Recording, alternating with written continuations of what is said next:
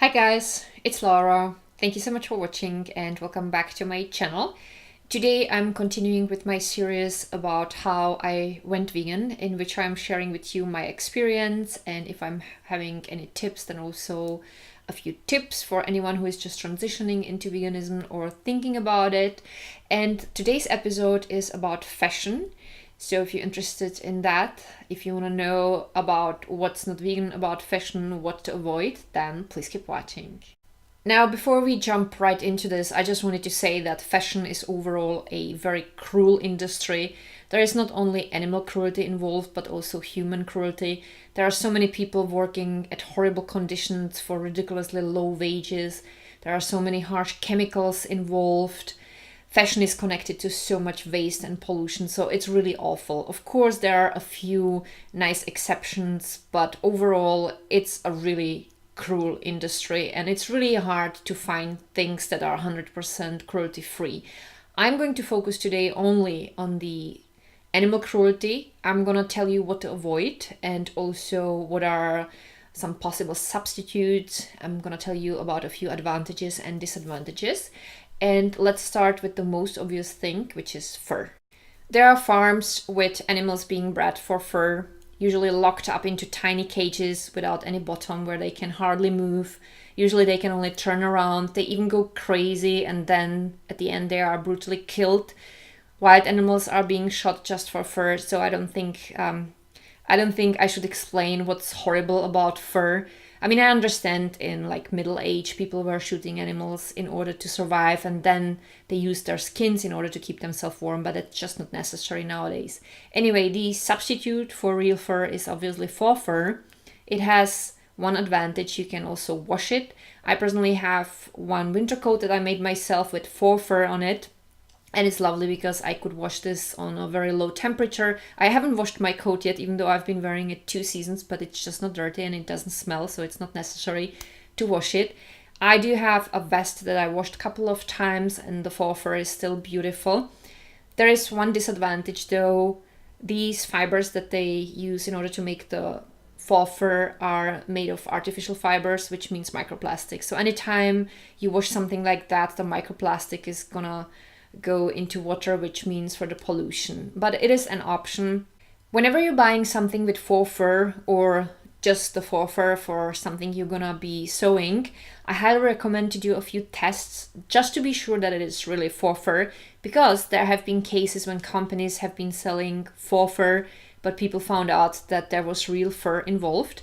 I will link down below an article from PETA where they describe a few of the tests, but one of the things you can do very easily is to rip out a few hairs and burn them, and either they're gonna smell like artificial fiber, then you know it's faux fur, or it's gonna smell like if you would be burning your hair, then you know it's not faux fur, so you should not get that.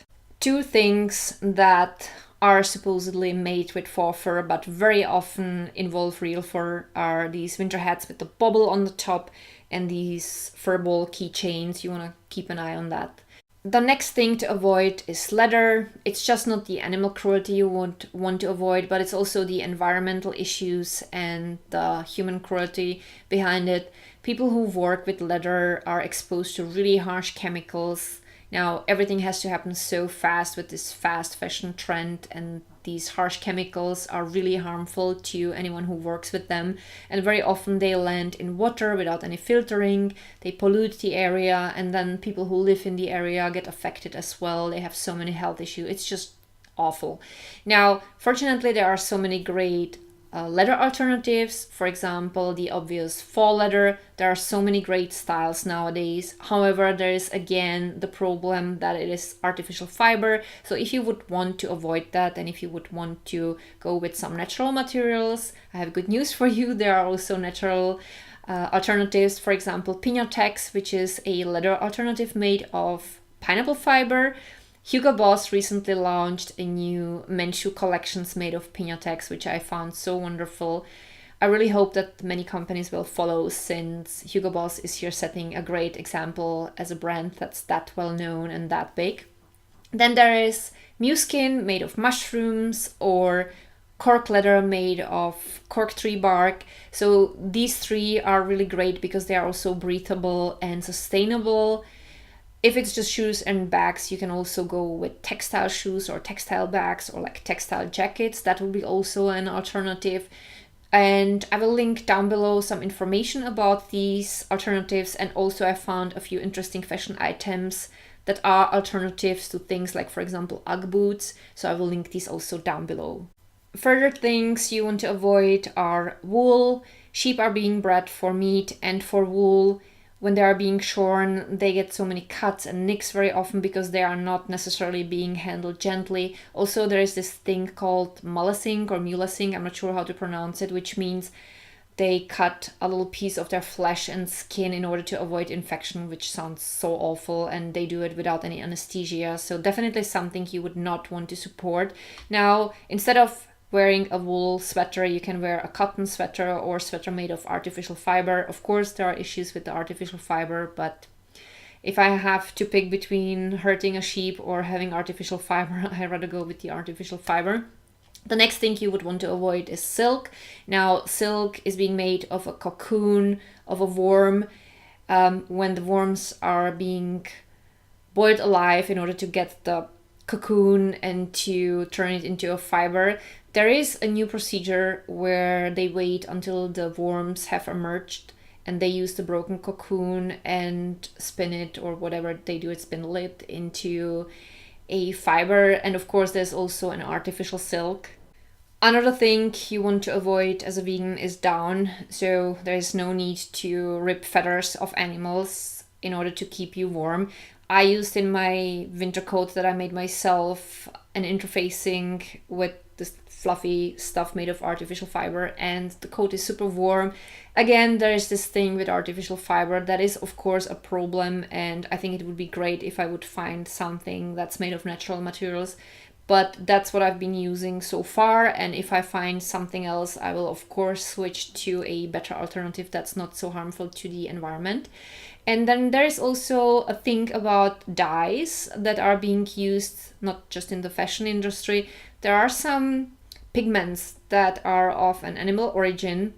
So if that's something you also want to look into, you might want to Google it. It's usually the red dye. I think also some blue dyes and some black dyes might be of animal origin, and you would want to avoid that. Unfortunately, it doesn't stop there.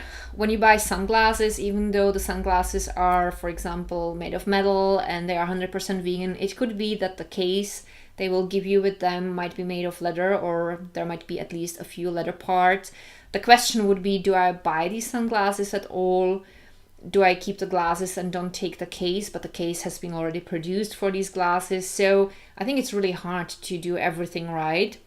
The next thing is when you buy your car, there might be some leather interior. They even use stearic acid when they produce tires, so it might be that your tires are not vegan. PETA has a list about car companies, with car companies that have some 100% vegan models. I will link it down below.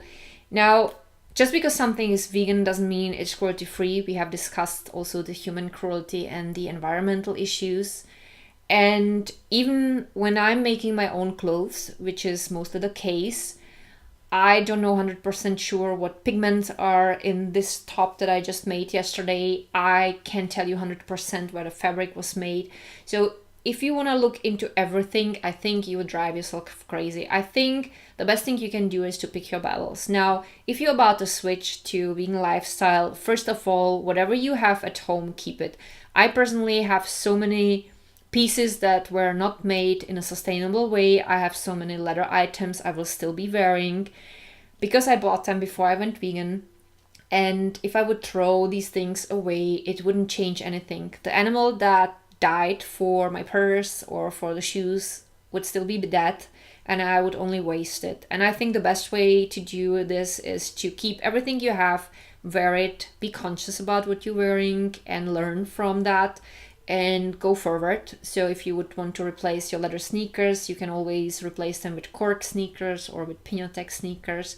So just take it from there. The thing is, where does this stop? Because if you would want to avoid all of that, you couldn't even take a ride in a cab because that might have non-vegan tires and leather interior. So in my opinion, the best you can do is to pick your battles and do your best to avoid any human and animal cruelty for future.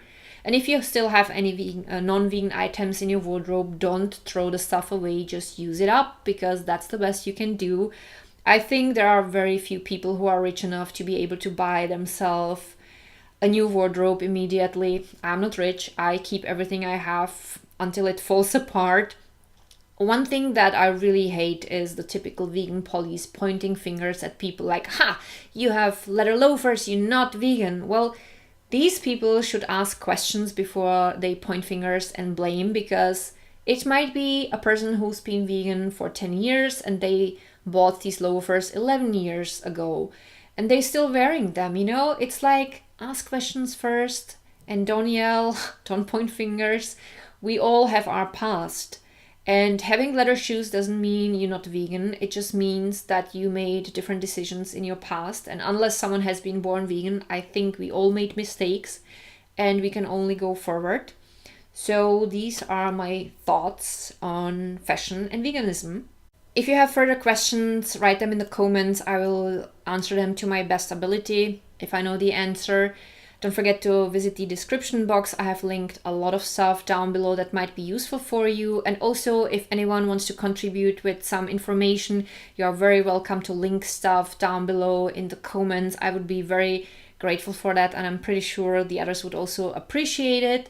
And that's it for today. I promised you that I'm gonna show you my makeup collection and also other cosmetics that I'm using currently. So I think I should be able to film these videos in the next few weeks. I have a few busy weeks ahead of me, but I'm gonna do my best to film regularly.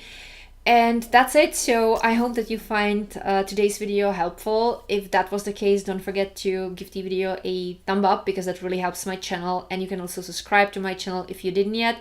As usual, there's a lot of stuff listed and linked down below in the description box, including all the vegan issues that I talked about today. So you will find there also all of my Instagram accounts, a link to my DIY channel. By the way, the top that I'm wearing today, there's going to be a tutorial for this next week on my DIY channel. And there's also the music listed down below that I'm using at the end of the video, a few affiliate links and discount codes. So just have a look at the description box if you are up to it. And thank you so much for watching. I love you guys so much, and I'm looking forward to seeing you with my next video. Bye!